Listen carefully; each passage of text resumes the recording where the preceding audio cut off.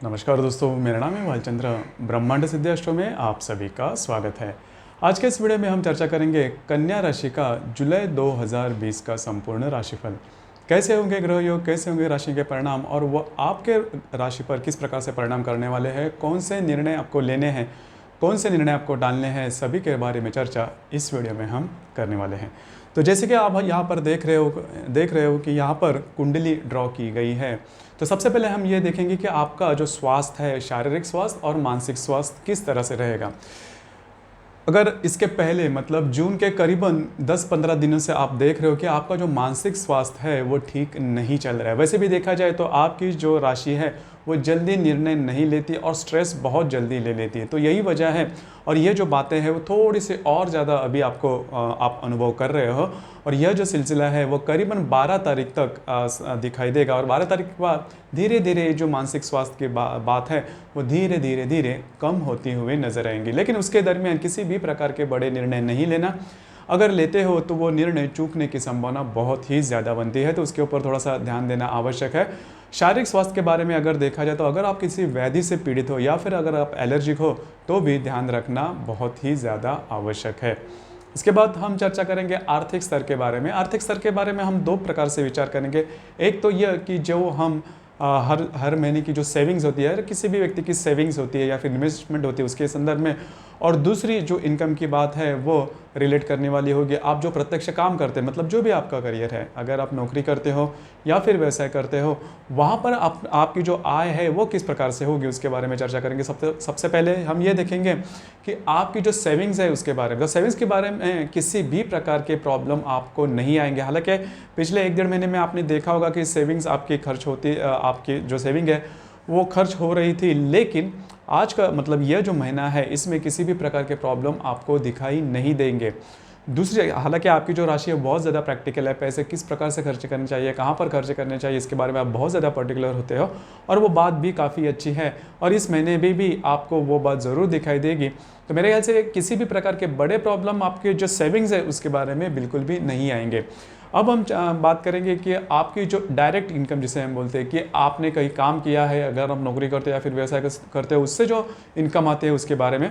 तो उसके संदर्भ में 2-3 बातें हैं। जैसे कि आपने पिछले महीने में मतलब जून के करीबन 17-18 तारीख से लेकर 22-24 तारीख तक का जो पैच था उसमें आपने देखा होगा कि भाई, या फिर 2 दिन थे उसमें आपने देखा होगा कि आपके आर्थिक संदर्भ में बड़े प्रॉब्लम्स वगैरह आपने फेस किए थे। लेकिन ये जो महीना है मतलब जुलाई महीने में ऐसे किसी भी प्रकार के बड़े प्रॉब्लम या कॉम्प्लिकेशंस आपको बिल्कुल भी नहीं आएंगे। तो इसके संदर्भ में ज़्यादा कुछ सोचने की ज़रूरत नहीं है, या फिर ज़्यादा कुछ स्ट्रेस लेने की भी ज़रूरत नहीं है।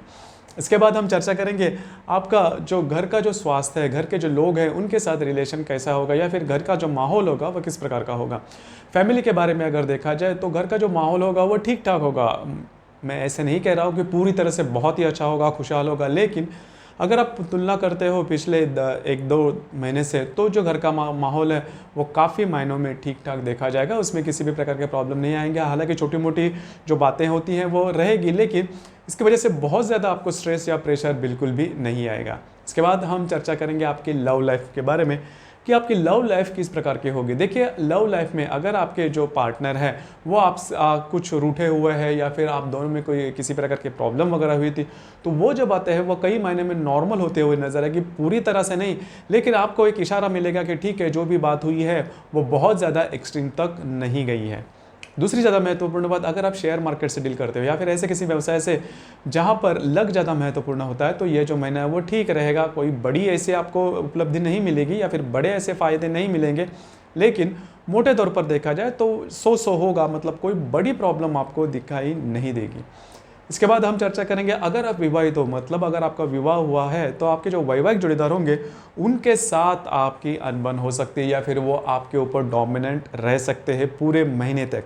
तो ये जो बात है थोड़ी सी ध्यान देना आवश्यक है। हालांकि पिछले 10-12 दिनों में ही आपको पता चला रहेगा कि आपके जो वैवाहिक जोड़ीदार है उनके साथ आपकी इतनी अच्छी नहीं बन रही है, उनके साथ छोटी मोटी बातों को लेकर तकरार वगैरह हो रही है, प्रॉब्लम हो रहे हैं। तो इसके ऊपर ध्यान रखना बहुत ज़्यादा आवश्यक है। क्यों, आप देखिए आपकी जो राशि है स्ट्रेस लेने वाली है, टेंशन लेने वाली है, छोटे मोटे बातों पर बहुत ज़्यादा सोचते हैं।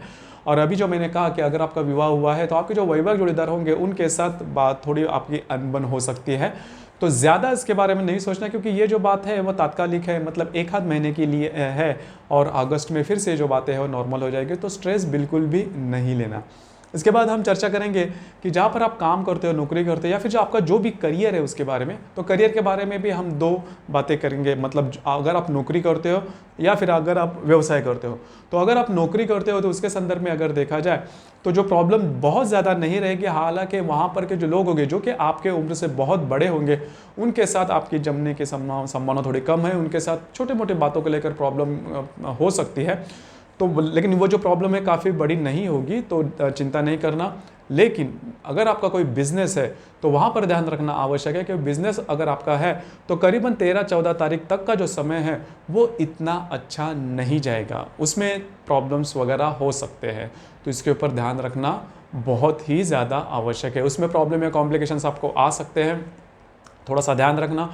दूसरी ज़्यादा महत्वपूर्ण बात, किसी भी संदर्भ में बड़े ऐसे डिसीजन नहीं लेना। कभी कभी क्या होता है कि आपकी जो राशि है उसमें स्टडीनेस थोड़ा कम है, मतलब आप बहुत ज़्यादा मतलब इसके पीछे मतलब छोटी मोटी अगर भी बात हो जाए तो बहुत ज़्यादा स्ट्रेस ले लेते हो, और आपके मन में ये भी विचार आ सकता है कि ये जो आप बिज़नेस कर रहे हो उससे कुछ हो नहीं रहा है, तो बिज़नेस थोड़ा बदल लिया जाए, दूसरा कोई बिज़नेस दूसरा कोई बिज़नेस जो है ट्राई आउट किया जाए।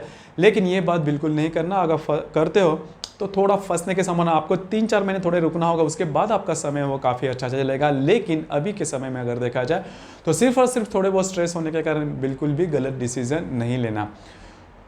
तो दोस्तों ये था आपके मतलब कन्या राशि के लिए जुलाई का जो राशिफल है मोटे महीने में। अब हम देखेंगे कि जो योग होते हैं वो योग आपके जो आपकी जो कुंडली है उस पर किस प्रकार से असर देते हैं, क्योंकि ये जो योग होते हैं वो भी ज़्यादा महत्वपूर्ण हो जाते हैं। तो पहले सबसे हम देखेंगे कि बुध और मंगल का केंद्र योग होने जा रहा है। मंगल जो कि आपके सप्तम भाव में, उसके साथ आपके दशम भाव का जो बुध है उसका केंद्र योग होने जा रहा है। और ये जो कालावधि है 7 तारीख से लेकर 9 तारीख तक क्या है, तो इसमें क्या दो तीन बातें होगी, उसके ऊपर थोड़ा सा ध्यान देना आवश्यक है। आपके जो वैवाहिक जोड़ीदार होंगे, जैसे मैंने शुरुआत में कहा, वो आपके ऊपर थोड़े से हावी हो सकते हैं, उनसे ऐसी कोई बात की जा सकती है जिसकी वजह से आपको स्ट्रेस में आ सकते हैं, आप टेंशन में आ सकते हैं, बात थोड़ी बढ़ सकती है। तो थोड़ा सा खुद को नियंत्रण में रखना, और ऐसी बातें, और ये जो कालावधि है 3-4 दिनों का है, तो इसके संदर्भ में ज़्यादा स्ट्रेस या टेंशन बिल्कुल भी नहीं लेना। उसी प्रकार आप जहाँ पर काम करते हो, नौकरी करते हो या फिर व्यवसाय करते हो, वहाँ पर की जो परिस्थितियाँ हैं वो भी थोड़ी बदलने की संभावना है, वो आपके फेवर में नहीं होगी। तो उसके संदर्भ में भी जैसे मैंने कहा ना कि मौनम सर्वार्थ साधनम, थोड़ा सा अपने को ऊपर अगर आप ध्यान देते हो, थोड़ा सा नियंत्रण रखते हो, तो बातें आपके लिए बहुत ही नॉर्मल हो सकती है।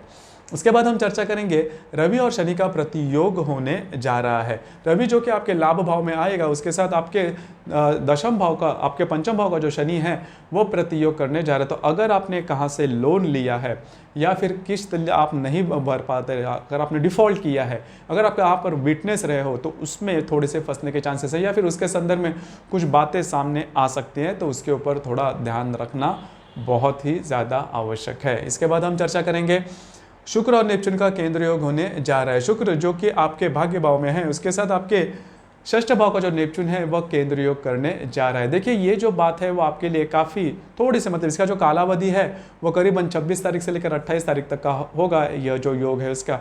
इसके दरमियान किसी भी प्रकार के बड़े डिसीजन नहीं लेना। बड़े डिसीजन अगर आप लेते हो तो उसमें फंसने की थोड़ी संभावना है, और आपके जो खर्चे होंगे उसके ऊपर भी इन दिनों में ध्यान रखना बहुत ही ज़्यादा आवश्यक है।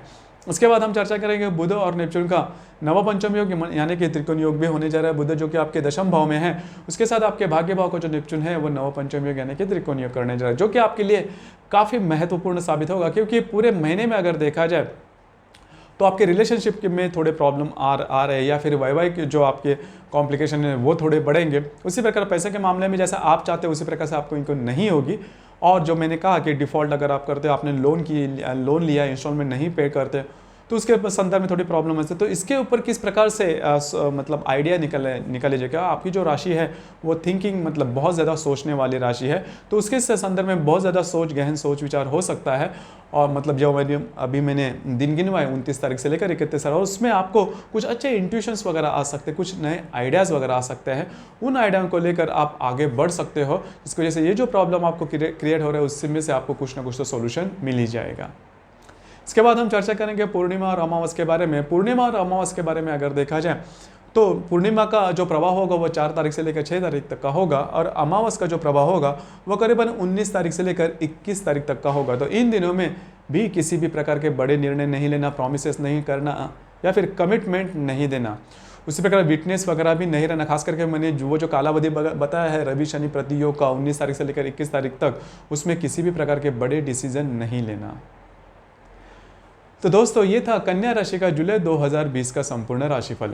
आपको ये राशिफल कैसे लगा, आपने किस तरह से अनुभव किया, इसके बारे में नीचे कमेंट बॉक्स में ज़रूर कमेंट करना। आपके मन में भी अगर कोई ऐसे विषय है जिसके बारे में आप जानकारी चाहते हो तो भी नीचे कमेंट बॉक्स में ज़रूर कमेंट करना। और अपना ये जो चैनल है ब्रह्मांड सिद्धि एस्ट्रो, इसे भी लाइक शेयर और सब्सक्राइब ज़रूर करना। धन्यवाद।